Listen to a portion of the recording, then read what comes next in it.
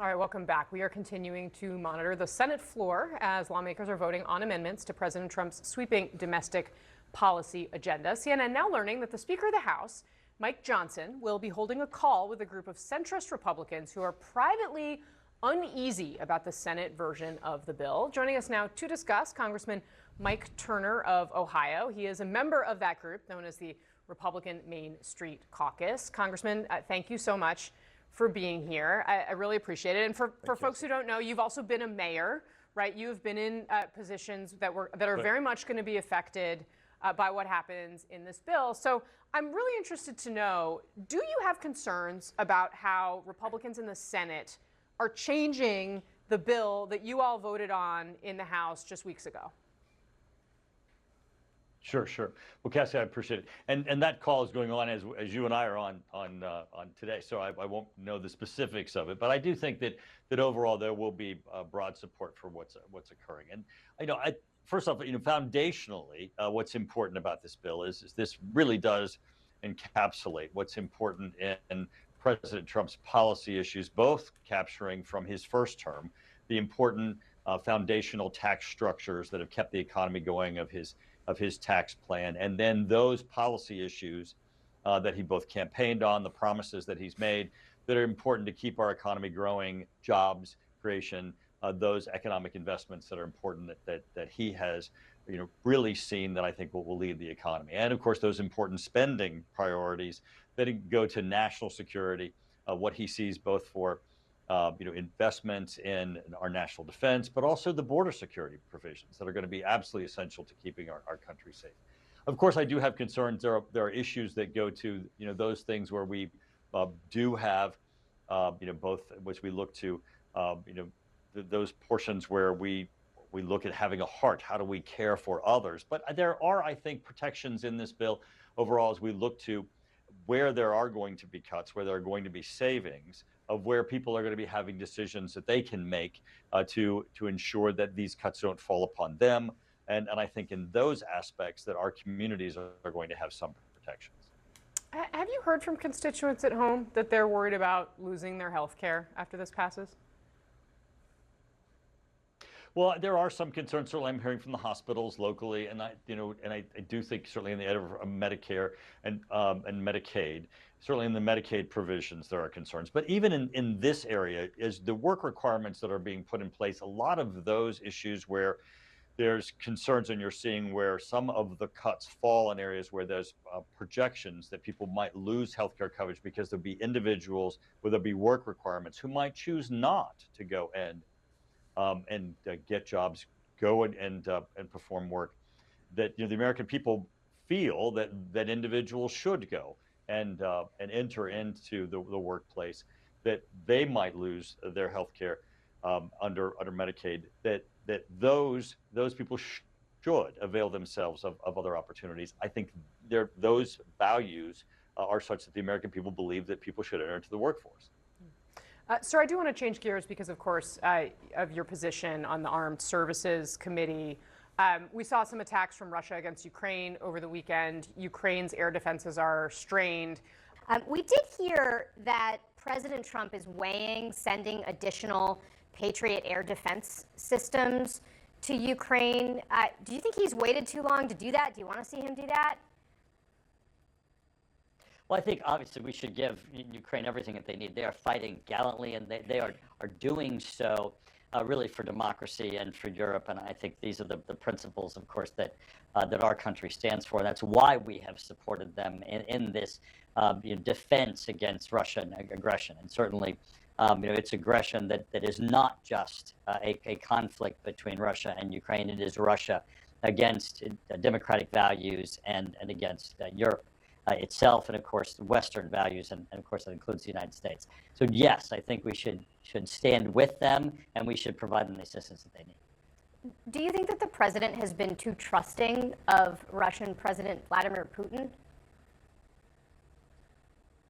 I think that the president has been trusting that Vladimir Putin is going to come to the table. And the fact that Vladimir Putin has not done so, I think the president is losing his patience. I think the president, rightly so, should now turn to putting additional pressure on Russia. I think the movement by Senator Lindsey Graham to put increasing Sanctions on Russia should move forward in both the Senate and the House, giving the president options to impact economically Russia, giving them the tools, I think, really to make it more difficult for Putin to continue this aggression against Ukraine. All right, Congressman Mike Turner, so grateful for your time today, Thank you, sir. Scott. Thanks very much for being here. I hope you'll come back. Welcome to The Lead. I'm Jake Tapper. Our politics lead. What sort of changes is the U.S. Senate making to President Trump's so-called big, beautiful bill right now? And how might those changes impact you if it becomes law?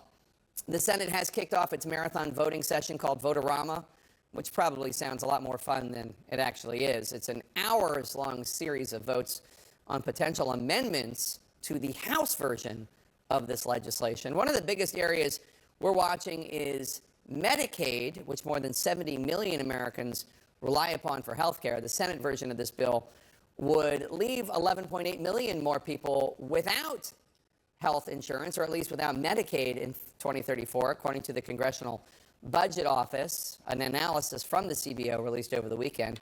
That's more than the 10.9 million more than the House version of the same bill. Not only are Democrats railing against the legislation, these changes are providing a big hang-up for some Republicans. At this hour, we do not know how this is all going to turn out. If Republicans lose only 3 Republican Senate votes, then Vice President J.D. Vance will have to cast a tie-breaking vote. If they lose 4, the bill dies. But if J.D. Vance is the key vote and then the Senate version passes, it's still going to have to go back to the House, where it will face new hurdles. Today, House Speaker Mike Johnson is confronting growing levels of concern from Republicans about the final product, a source saying that he's going to hold a call today with a group of Republicans and Dr. Mehmet Oz, head of the Centers for Medicare and Medicaid Services. President Trump now has just 4 days left to get the bill to his desk for his own self-imposed July 4th deadline. Today, White House Press Secretary Caroline Leavitt said the White House is confident that this is all going to happen. The president is very well aware that this bill needs to not only pass out of the Senate, but it needs to go back to the House, and we need the full weight of the Republican conference to get behind this bill, and we expect them to, and we are confident that they will.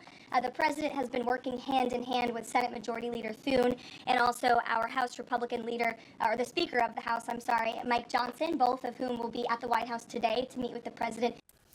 CNN's Lauren Fox joins us now from Capitol Hill. Lauren, where does this bill stand right now amid the Votorama? Are any amendments actually making their way onto the bill? And what happens next?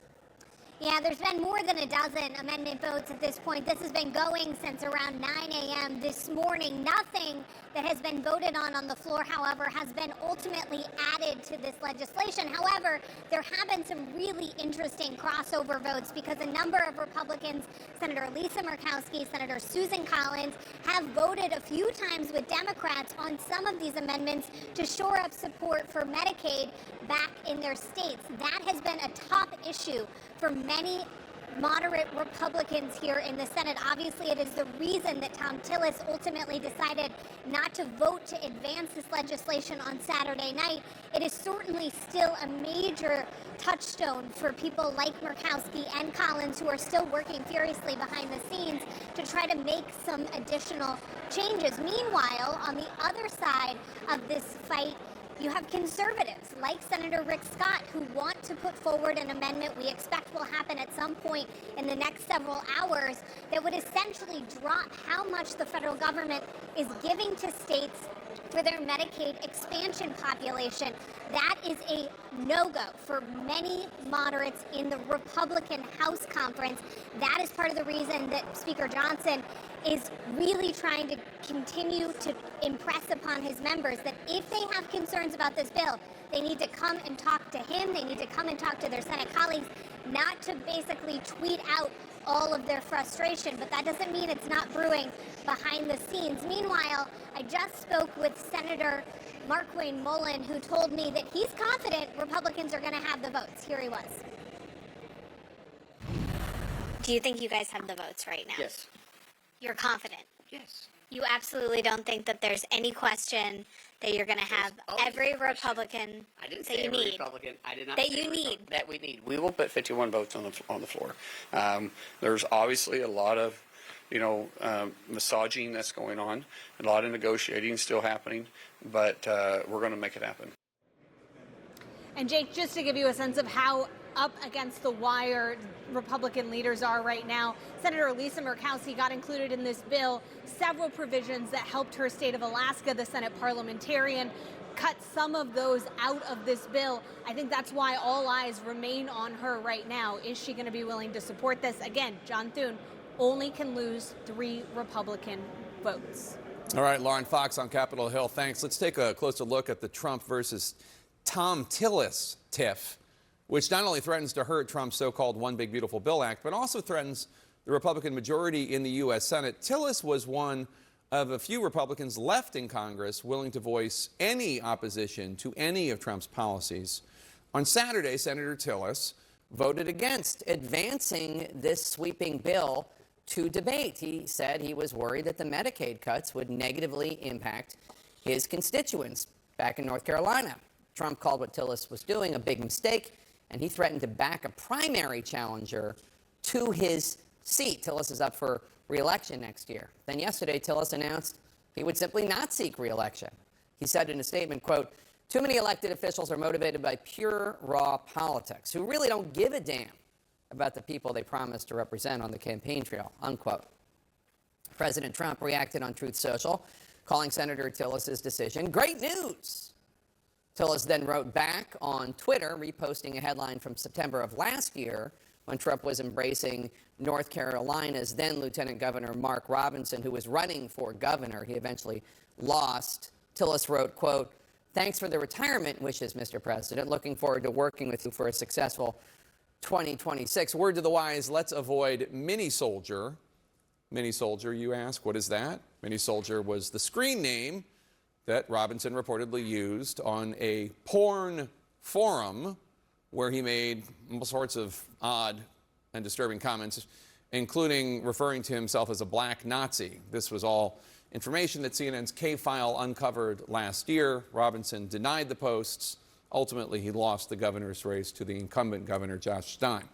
After invoking Robinson on Twitter, Senator Tillis then went on to deliver a very fiery floor speech on the floor of the U.S. Senate. He warned the president and Republicans that the Senate's version of Trump's bill will break a promise that President Trump made to not cut Medicaid.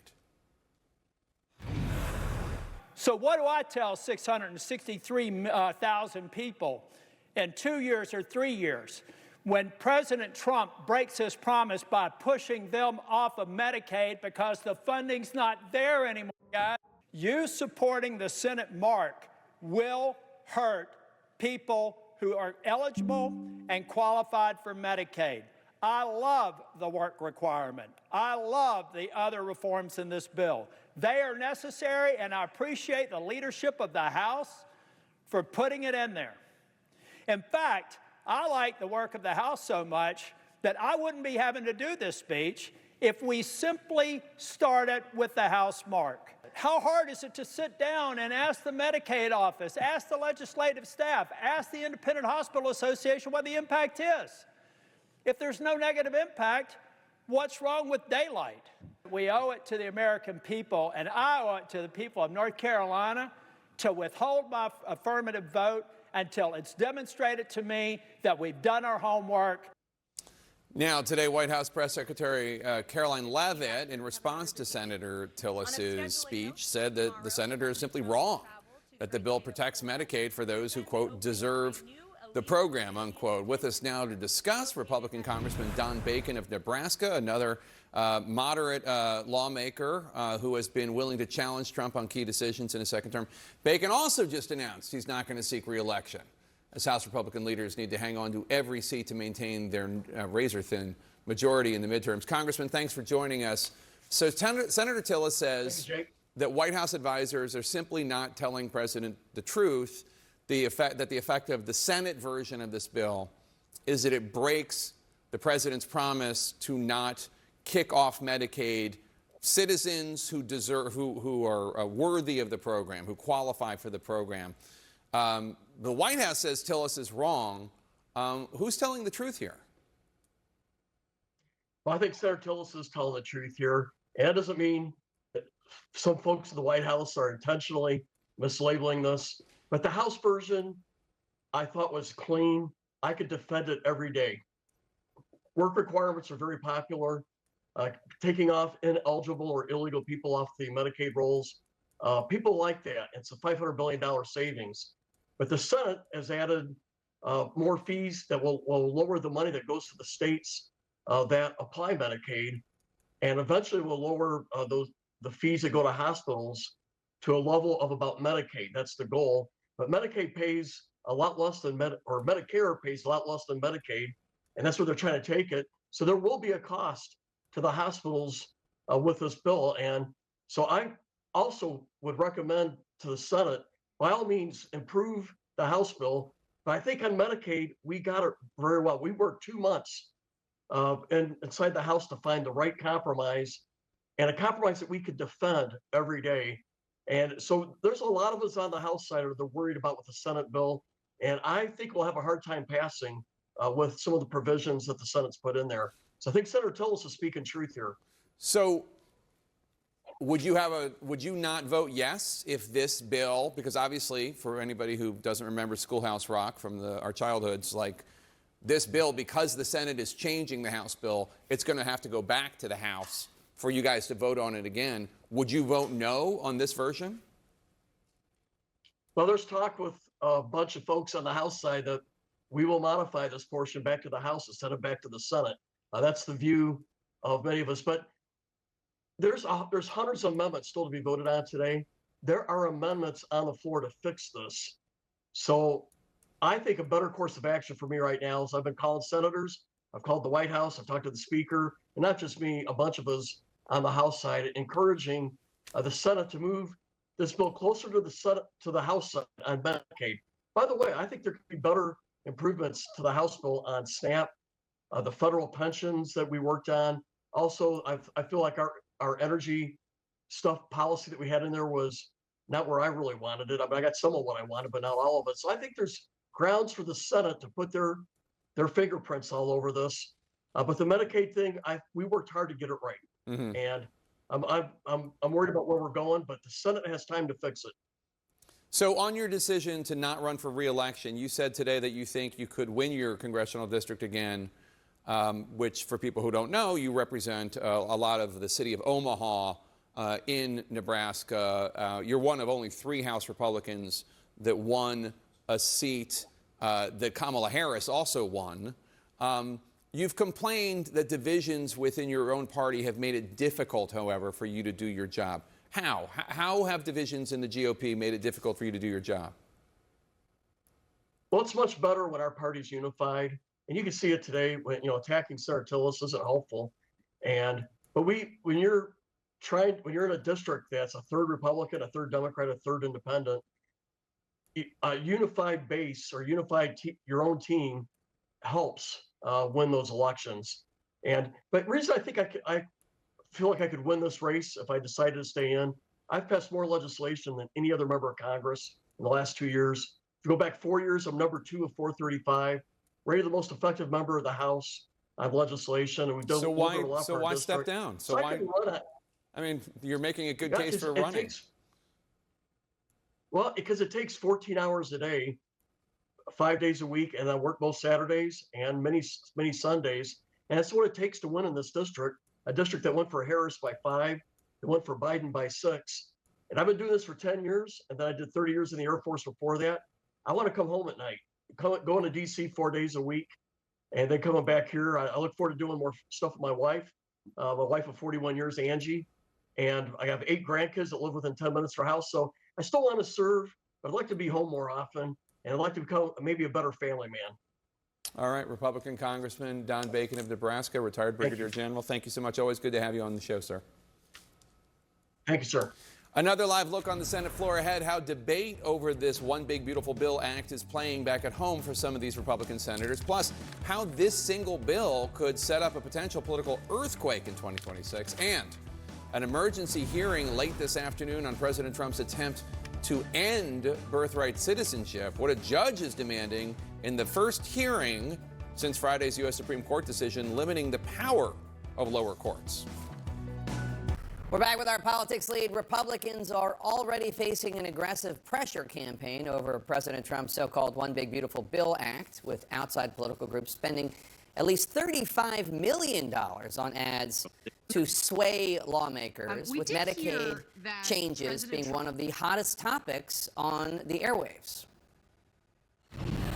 Republicans in Congress are getting ready to cut Medicaid. Senator Collins could be the deciding vote. Senator Hawley, keep your word. I'm not going to vote for Medicaid cuts. Well, we all are going to die. She's right. People here are going to die if that bill passes. Let's bring in my panel. Jeff Zeleny, let me start with you. So this bill, if Democrats have their say, will be a major sticking point in the 2026 election. As of right now, and these things do change, it's not popular. 55% of the American people oppose it, according to the latest Quinnipiac poll, but that's pretty much all the polling suggests that. How do Republicans rewrite this narrative, assuming that this does pass? I think it's a challenge to rewrite the narrative. I mean, we've seen this similar movies before. It reminds me of the summer before the 2010 midterm elections, the Affordable Care Act. It was not viewed in a favorable light at the moment. Now it is, but back then it wasn't, and it started the rise of the Tea Party movement. We don't know if that will happen in this case, but we do know that Democrats are hoping to use this, not just the bill itself, the actual fallout from it, on Medicaid cuts, on food assistance programs. And when you talk to a lot of Republicans, there's a lot of holding your nose and voting for it because the president's has prioritized this. Look, I think if the White House focuses on a few of the issues and the president can manage to tell a story about him, perhaps it could turn it around. But I can't recall something that has been rated this low that suddenly becomes popular. Particularly because of what's in the bill. They can't change what's in the bill. But again, rural hospitals, Medicaid cuts, other things are deeply worrisome in Trump country as well as in blue states. Yeah, and you hear, I mean, a lot of the critics, Jermichael, the loudest critics are Republicans. They may not be a majority of the Republican Party, but you have Senator Tom Tillis. And then you have your old friend Elon Musk. Jumping back into the discussion, he posted on X this afternoon, it is obvious with the insane spending of this bill, which increases the debt ceiling by a record $5 trillion, that's in all caps, that's why I said it that way, that we live in a one-party country, the Porky Pig Party. Time for a new political party that actually cares about the people. That's Elon Musk, former first buddy. Tillis is not running for re-election, number one. And as it pertains to Elon Musk, his argument is correct if you base the premise of the argument on the projections from the CBO, which is based upon static spending, meaning you're not taking into consideration how the consumer base may act with this new tax bill once it's passed. You're not thinking how businesses may react in real time to this. Republicans are predicating the argument upon growth. The argument is we extend these tax cuts to middle-class workers and businesses. People are going to spend more. They're going to have more disposable income. I think, based on what we have seen thus far, despite what your views may be on tariffs, that there's a very logical argument and through line to point to say that the argument coming from Trump and his supporters is correct, that we likely will see continued growth. Consumers will potentially have more disposable income, and we will likely see businesses continue to hire and also increase wages, which all of the data we've seen so far from the past 2 quarters indicate that that's likely. So meanwhile, can I just say, one of the, just as a political junkie, this idea that there's going to be, all of a sudden, there's going to be a competitive Senate race open in Senate North race. Carolina. Yeah, we never get that. It's very exciting to cover. Who do you think, who are you looking at in terms, we've already heard Republicans talking about, first of all, who's the head of the RNC, Watley? What's his name? Michael Watley. Michael Watley. Look for Laura Trump. Laura Leah Trump, Eric Trump's wife. There's, that could be very competitive. What about the Democratic side? Well, I think Roy Cooper is obviously the biggest Democratic star. He was considering it before, but now this this is an open seat. Former governor. Former governor. This is an open seat. And so, yes, if you are him right now, you're feeling good about this. Republicans are raising costs all across the country, and the fact that TILLIS came in and he was either asked to walk the plank or to go against MAGA.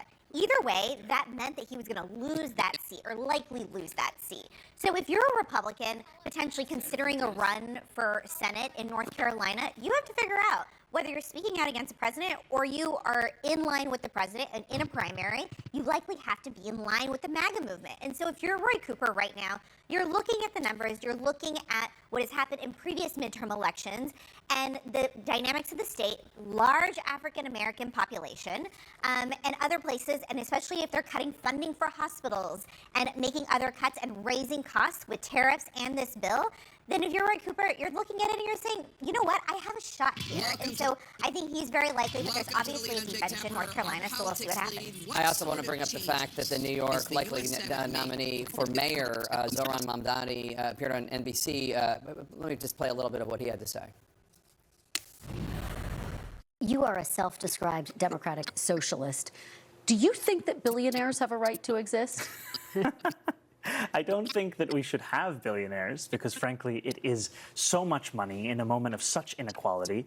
And ultimately, what we need more of is equality across our city and across our state and across our country. Limiting the power. This is the current Democratic Party. It's a party that wants to redistribute wealth. It's a party that wants to guarantee outcomes. And that doesn't work. It didn't work in Venezuela. It didn't work in the old Soviet Union. There isn't anywhere in the world where this has ever worked. And here you have a guy wanting to become mayor of the most important city, I would argue, in the country, potentially the globe, advocating for socialist, cultural, Marxist ideals, not to get philosophical here. That stuff has never worked. You look at capitalism. You've seen the greatest number of people, Jake, ascertain wealth, move up from poverty to the middle class than any other economic theory known to man. I hope New Yorkers don't vote for this guy.